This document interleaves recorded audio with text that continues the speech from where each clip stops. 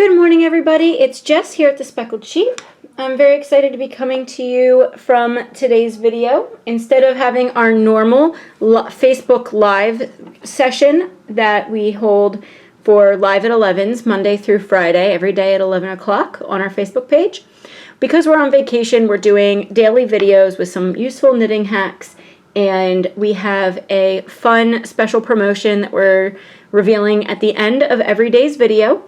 That is an additional daily opportunity that you can take on top of our relief kit sale that is going on for the entire week. So if you're not already familiar with it, relief kits are a special promotion object going on right now from our wholesalers in the knitting industry. They are intended to allow knitters in the community to have access to new and different projects and patterns, and they'll drop ship directly to you, therefore minimizing contact and interaction with everybody.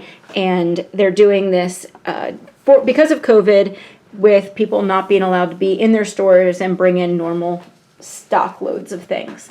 So very excited about those. You'll find them on our online store under The Speckled Sheep, or just look for the Facebook post that had this video posted. We'll have all the links there as well. And you can easily find the relief kits in their own section, and they are already put on a sale price. You don't have to worry about a coupon code or anything like that for the week-long sale. That sale goes on all week long, but I'm going to give you a special coupon code at the end of today that will be good for a daily special as well. All right, so today's demo, I want to talk to you about how to beat the long-tail cast-on. The long-tail cast-on is a very popular long-tail cast-on method. It's what a lot of beginners use. It's not what we teach our beginners. We teach our beginners the knitted or lace cast-on, but the second most popular one that we see people use here in the store is the long-tail cast-on or the continental cast-on. It's called both. And I thought I would show you some tips and tricks today. So I've got some yarn and I've got some needles I thought I would demonstrate with. And the first thing you have to understand about the long tail cast on is it's called the long tail because you use a very long tail. So you're going to use a very, very long tail when you start your cast on, because your cast on actually uses that tail to create itself. And what I did was put a slip knot in here. The first method of knowing how long of a tail to use is to use 3 times the length of what your finished product should be. So if your project is supposed to be 6 inches wide, you should use approximately 18 inches of tail to start. So I thought we would go ahead and put that to the test. I'm going to start with my slip knot. I already measured this so that we have a 18-inch tail, and I'm getting set up to start. If you're new to long tail cast on, I just started with a slip knot, which is the traditional method, and then I'm going to hold my tail to the front, my working yarn to the back, and I grab both of those together with the fingers on the bottom of my hand, holding them against my palm. I then go in to the 2 strands hanging off my needle and separate them with my thumb and forefinger. And when I do that, I get this beautiful diamond shape. I'm then going to bring my needle down, turning it into a V, and now I'm ready to long tail cast on. To long tail cast on, all I'm going to do is start, let me adjust something here real quick, start by coming down and scooping up the outside thumb yarn, coming over the inside thumb yarn and grabbing the inside forefinger yarn. I'm going to bring that back through the way I came and then let it slip. I always keep my forefinger yarn steady, but I drop off my thumb yarn so I can pull and adjust things to the tension they belong on the needle. Then we start that all over again. So I'm going to go in, swoop, and out. This is the long tail cast on. If you do what you think is a long tail cast on, but it's not quite this many steps, then you are probably doing a thumb cast on or an E-loop cast on. And that is not actually the same thing and can cause a lot of problems in your knitting. So I'll demonstrate what that looks like in a little bit. But what the important thing to remember is that you make sure that you're getting a nice structured cast on here along the bottom of your needle. If it looks different than that, then you're going to want to go back and watch those first couple stitches I did where I went nice and slow, and make sure you're doing everything correctly. You'll see how quickly my tail is being eaten up. My tail is almost used. What we're doing is we're casting on. We're going to see if we get 6 inches of stitches cast on. Some of the most common pitfalls to a long tail cast on are that people overestimate and therefore end up with way too much tail and a surplus of yarn waste, or they underestimate and they end up with a very short cast on and then they have to start all over again. So I'm starting to get to the end of my tail and it's getting a little trickier because I don't have much to hold on to.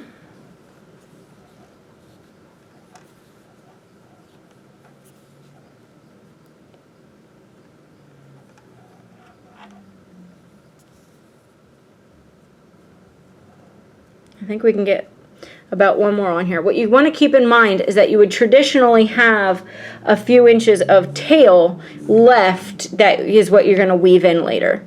So that's about right. When you can no longer really grip it anymore, that's when you should be stopping. And we'll move this down to our cable and we will measure this. So I actually measured this with a magnet board that I know is 6 inches long because I was a little lazy making these videos and didn't feel like going down and finding my tape measure. So yes, indeed, I do have approximately 6 inches. If I could squeeze another stitch or two out of that tail, I would probably be okay.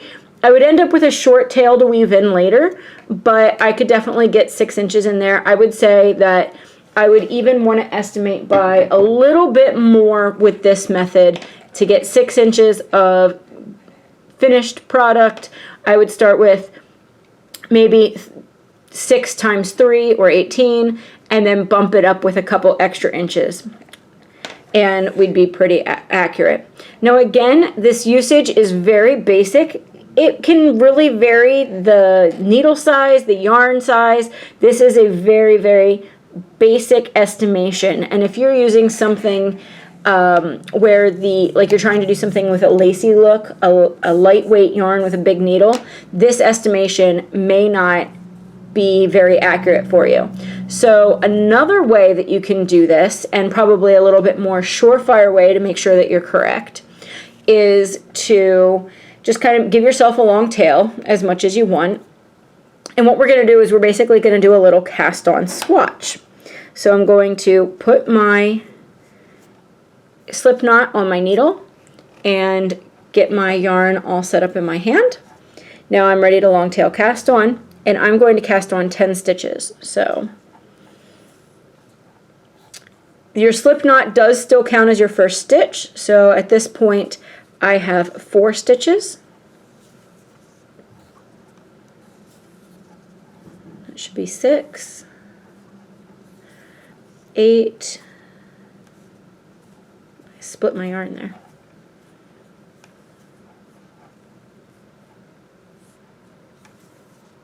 Alright, let's see if that's 10, 2, 4, 6, 8, 10. Alright, and now I'm going to pinch here at my tail so that I don't really care about my working yarn at this point. I just care about my tail piece. And I'm going to pinch here and slide these all off my needle, leaving just that first slip knot stitch on, and unravel them. So now what I'm going to do is I'm going to measure this piece, and I am going to see approximately how long I need of a tail to cast on 10 stitches, and from there you do the math. So let's see here. It looks like, using my handy dandy little measure, it's approximately 6 inches is needed to do 10 stitches. Doing that math, you would know that if you need 100 stitches, you would need 6 times 10. Because we use 10 stitches in 100, so we would do 100 divided by 10, there's 10 tens, and then we would do 6 times 10. We would need 60 inches of tail to cast on 100 stitches. That again is a good estimation. I would always pad that by at least another 6 to 12 inches for your leftover tail length, because you do need a bit of a tail then, and you can measure that out. So what we would do then is we would measure out 60 inches of tail. I'd do at least 66 inches, maybe even 70 inches, and then I would assume that I have a good estimate on how much I need to cast on 100 stitches for a knitted project. Because of the time that would take, I'm not going to do that right now, but I think you guys get the idea.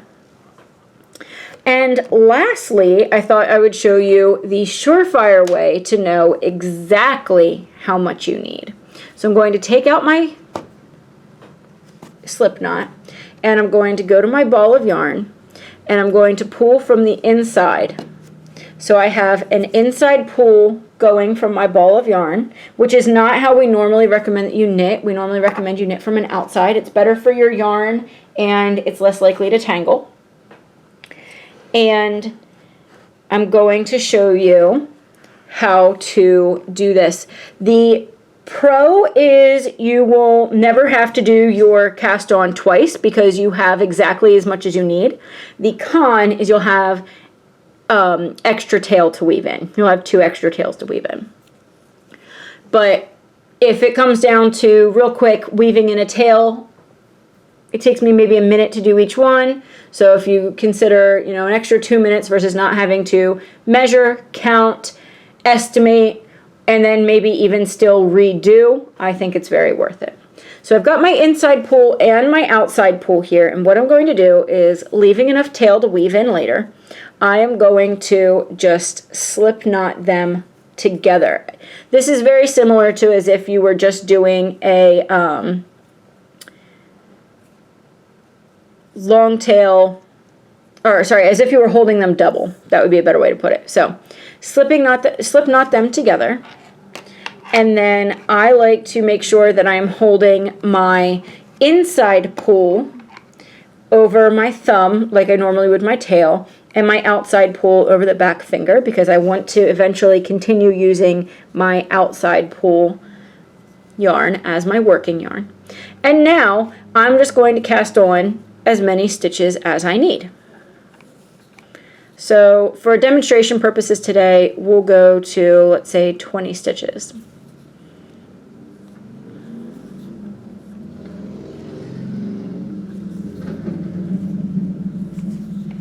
Again, I'll slow it down one more time for those of you who are new to long tail cast on. Outside thumb, over inside thumb, scoop the inside finger, back out the way you came, and that's a stitch.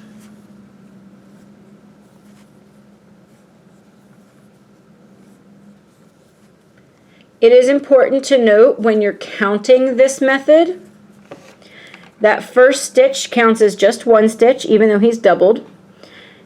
And we do 1, 2, 3, 4, 5, 6, 7, 8, 9, 10, 11, 12, 13, 14, 6 more stitches. 1, 2, 3, 4, 5, 6, 7, 8, 9, 10, 11. All right, that should get us to 25 stitches. We'll double count. 1, 2, 3, 4, 5, 6, 7, 8, 9, 10, 11, 12, 13, 14, 15, 16, 17, 18, 19, 20, 21, 22, 23, 24, 25. Awesome, so I've got 25 stitches. Looks lovely, and now what I'm going to do is I'm going to trace back, make sure that I'm still working from the right pull, and I'm going to trace back to the yarn coming out of the inside of my ball, which is this strand here. So I verified that's coming out of the inside pull. And now I'm going to cut a tail long enough to weave in. So 6 to 8 inches is what I like to do. Now I have some extra tails to weave in, but I've got the long tail cast on done, and I'm ready to go and start knitting with my outside pull. And I didn't have to guess anything. I didn't have to estimate how many stitches, or I didn't have to cast on stitches, measure it, do math, and then start casting on, hoping that that estimation worked out correctly. I didn't have to, estimate the width of my final project and then keep going. It just works very, very well. So I think it's a small price to pay to have an extra 2 ends to weave in. And if at this point you wanted to use the method where you just start knitting your tails in, you could certainly do that. And I would use that project specific as you like. Or if you're going to be fringing this project, hey, you just did some extra pieces of fringe and you're ready to go. You'll have less to do later. Alright guys, that is a demonstration on how to beat the long tail cast on. I hope it helps. I do want to just show you real quick what that common pitfall looks like when you're doing the wrong thing. When you think you're long tail casting on, but what you're really doing is E-loop casting on. So I'm just going to real quick get my slip knot going. And now I'm going to hold up my yarn. A lot of people get this part right, okay? Actually, what they do is they do this. And they forget about that back finger. And what they do is they just go like this. And what you're doing here is a valid cast-on type, okay? This is what it looks like. This is a valid type of cast-on. However, it is not a suitable beginning of project cast on unless your project specifically calls for a backwards loop, E-loop, or thumb cast on. You do not want to be doing this method of cast on, especially if you are going to be joining in the round. What this does is basically just create little loops around your needle, and your gauge, things will get stretched out very, very, very wonky. And especially if you join in the round at this point, you'll get a very big gap start between your projects. So if all this time you thought you were continental casting on or long tail casting on, and you often come up with problems with your cast on getting very loose and stretched out looking, or getting a gap when you join in the round, chances are this is the mistake you've been making. So that's a pitfall to avoid when you're trying to do a cast on, long tail cast on. All right, and so I want to talk to you. I told you at the beginning of the video that I would have a code for you at the end of the video, and I do. And that coupon code is AQ7220. So again, AQ7220. And that coupon code will get you 25% all purses by All Star Quilting on the website. We talked about these purses on the online store a couple of weeks ago, probably like a week and a half, 2 weeks ago at this point. And they are absolutely beautiful, and we talked it over with the designer, and she said that she would love to participate in our sale this week and is doing 25% off those purses. So if you were on the fence about one before, now is definitely the time to scoop one up. That coupon code again, AQ7220. And that coupon code is good for today to order those purses for pickup or shipping. Reminder, if you order anything for pickup or shipping from us this week, the orders will not process until we return on Monday. So we're very excited to get those orders in, and we thank you for your patience while we're on vacation. All right, guys, I'll see you again tomorrow at 11.